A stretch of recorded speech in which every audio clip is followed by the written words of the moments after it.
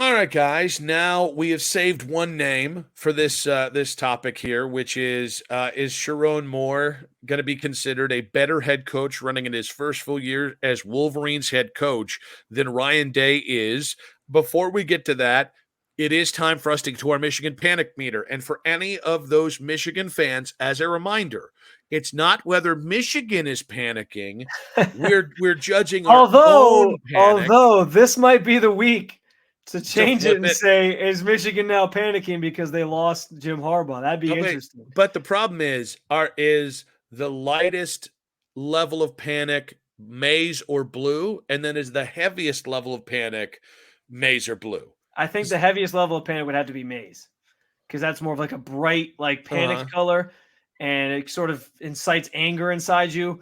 Versus, well, I mean, it's maize and blue. Who likes those color schemes anyway? Versus the blue is more like, okay, it's subtle. It's a little more See, I cool. was I was thinking more like yellow is sunshine and it's bright and it's happy, and blue is dark and it's moody, and it's funny how we arrived at very opposite conclusions there. But Was the uh remember that thing a couple years, or not a couple years ago, like almost over a decade ago now? The dress, was it blue or was it black? yeah, What color did you see? I don't remember. You know why? Okay. Because it was 5 years ago, and I It can't was more remember than that, I last think. Tuesday. Now, when we get to my Michigan panic meter, I am full gray. I have no panic. Jim Harbaugh is gone. You've got the team of the century. You've got the alleged $13 million team, according to Lane Kiffin. I mean, I don't have a care in the mother loving world right now when it comes to Michigan. How about you, Spencer? Am I gonna join Nick I'm telling you, you in the damn well dark better. in the If dark you're gray? still in any level of light gray, I will judge the shit out of you. I'm gonna be in the dark gray. Let's Look at go. that. Look Let's at go. that. Yeah, Finally. I said on Tuesday, I promised. I said there was a couple things that would sway me into the full dark gray.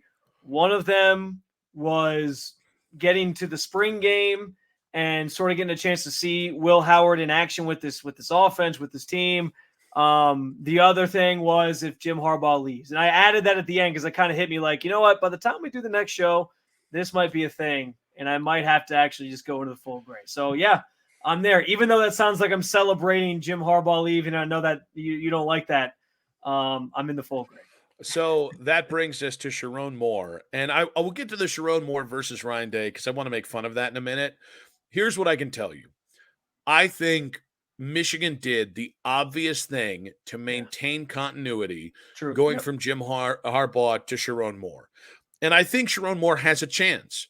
But I think the difference in the two programs is what could be the difference in a successful handoff from Harbaugh to Sherrone Moore and from Urban to Ryan Day.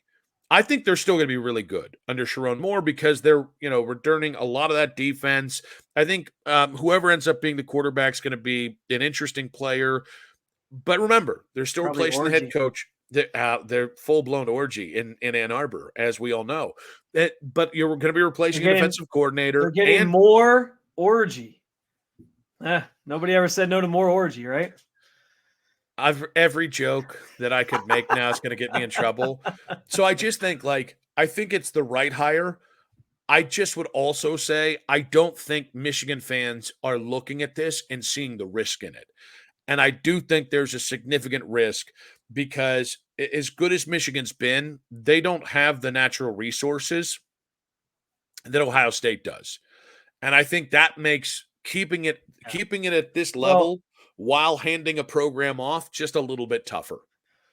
well, first of all, let me be the first to say, Sherrone Moore kind of born on third base. No, I mean he's taken over a program that just won a national championship. Is it this sort of just history repeating itself? But now it's his turn. I think so. I got to say that to my buddy Jim Costa, who's a Michigan guy at 97, won the ticket in Detroit, and oh my god, he didn't like it. It was so awesome.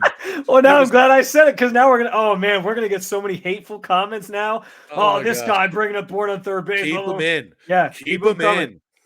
I'm gonna say it loud and clear for you. Sherrone Moore has officially been born on third base. And frankly, he was born on third base when he coached that game against Ohio State back in November. Yeah. He was taking the reins of maybe the best Michigan team ever, but if not, at least everyone kept saying that JJ McCarthy was the best Michigan quarterback ever. So I think there's a conversation there.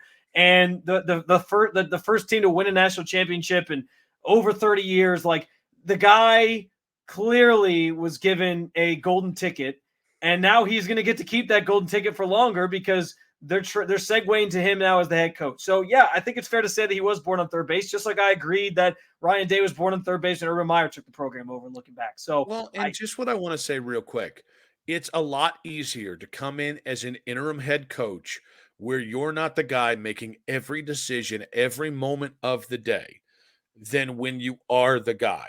And again, this doesn't mean Sherrone can't do it.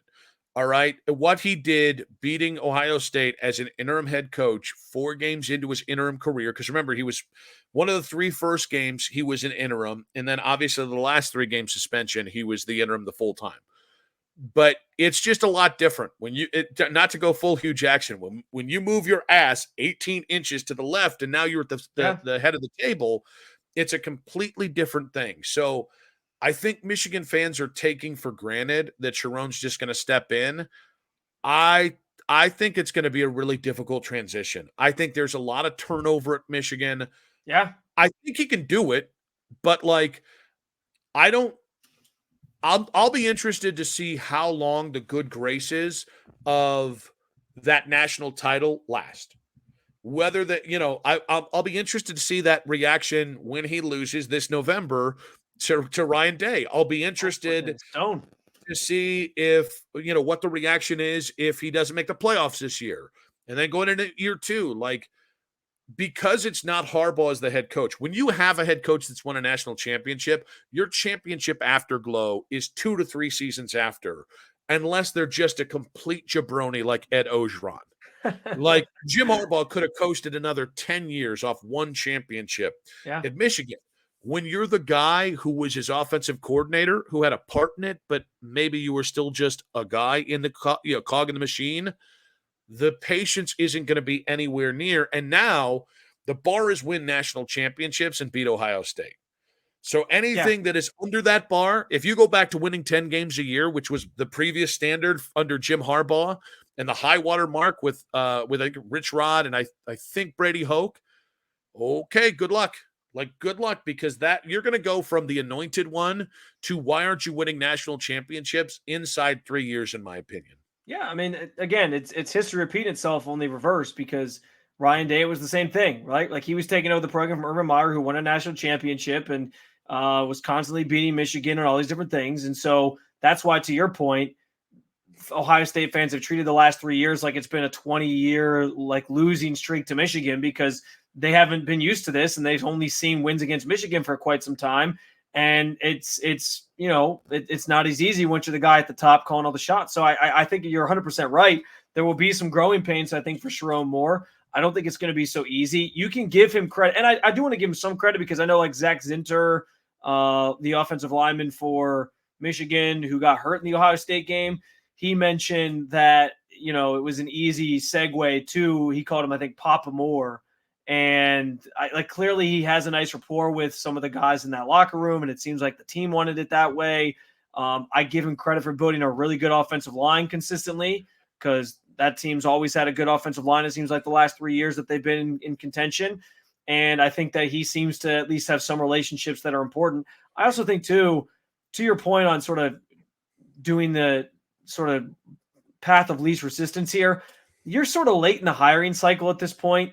And I don't know if it made sense because I don't know if it made sense for Michigan to like really shake things up and bring somebody else in here who's going to like change the culture immensely for a team that just won a national championship. You know what I'm saying? Like you kind of want to keep some of that in place, and you kind of don't want to ruffle all the feathers. Obviously, no matter what, there was going to be a 30-day window where you could transfer. That always happens when a coach leaves.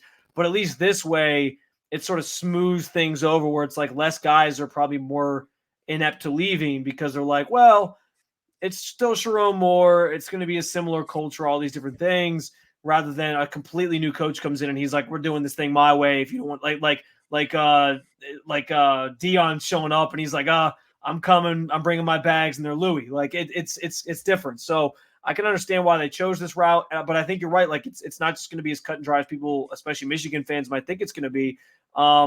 Yeah, and so I don't know. I'm interested to see. And listen, he can have credit for beating Ryan Day this year in that game specifically. But I also just think that team at that point was already accustomed to not having Jim Harbaugh on the sidelines. Like it kind of proved that they were, I don't want to say like completely bulletproof, but the fact that they go win a national championship, given all the adversity that they had, it was just a really good team. So, and Ryan Day had a team that was probably in a down cycle in terms of his offensive talent, not all of it, but especially at quarterback and offensive line. So he gets that back on track. Like I have no reason to believe that Ryan Day won't get back to beating Sherrone Moore, and that Sherrone Moore is going to have to go through some of those growing pains too. I do want to see, because that transfer portal opens up. I am curious if any Wolverines players go in it that had not previously gone in it. Just even one or two guys would be interesting. But all this being said, I think there are a lot of Ohio State or the Michigan fans flexing. Well, we got Chiron Moore. Well, he just beat Ohio State, and I'll tell you this right now: Chiron Moore has to prove he's the better head coach than Ryan Day. And you don't do that as an interim coach. Interim coaches, it means nothing. Now becomes the time that he sculpts us into the image of Sherrone Moore. Yeah. And so there's a lot of Michigan fans, and rightfully so. They won the Natty. Like they're going to rest on their laurels. They're going to sit on their throne. Good luck with that, and see where it goes. We'll talk in a year's time. Well, yeah, and I keep saying history repeating itself, but I think the Ohio State fans probably felt similarly when Ryan Day took over. There's probably some questions, I think, from Ohio State fans, like, is this really the answer? But once you got that first recruiting class coming in and you barely missed a beat, it was like, oh, okay, he's going to keep it rolling. That's what we thought. And obviously that first year he was on the job, he beat Michigan. So it was like, okay, cool. So I guess my question in all this, you mentioned it not really mattering when you're an interim, and I agree. Like, there's a lot more pressures that come with it. There's a lot more things on your mind. There's a lot more things to deal with. It's different when you're the guy. How much credit does he get then for beating Ohio State? Because that's the other thing people are forgetting is like they probably, I don't know if people think this, but it's not like Sherrone Moore was just on his own coming up with the game plans. Like during that suspension, Jim Harbaugh still coached the team. Like they knew what they were doing going in. Now he had to make critical decisions when that game got tight in certain spots, and yeah, he deserves some credit for that. But I'm not going to sit here and be like, oh yeah, he schemed up the game and he knew everything that was going to happen, and he had all the answers. Like I can't give him credit for all that. Does anybody really think Sherrone Moore didn't know what the right decisions were? Come on. Like those decisions were probably, I mean, there was probably a lot of prep about here's how I want the game to go. Here's how I think we have to win. So no, he didn't get any credit. He'll get credit when it's his team and he beats them. And if that happens in November, there might be a different coach across the sidelines. But if he loses, the pressure's going to start real quick there. So send in your responses. I just want to know, after he gets his first win, is he going to That's for you. That's for you, Jim. I miss you. This one's for me. It was so hard taking over. This one's for me. Old crybaby Chiron.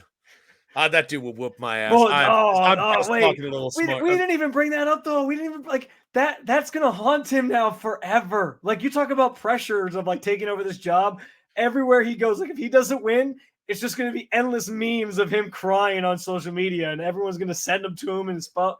Oh my God, he's never going to live that down ever. He's never going to live it down. If game days in Columbus next year, I better see countless avatars of him crying. Yeah. Oh my God, that would just be beautiful. All right, guys, get on the show at Nick Wilson Says at Spencito _ on the social medias. Continue to follow the show. If you don't follow the show wherever you get your podcast: Apple, Spotify.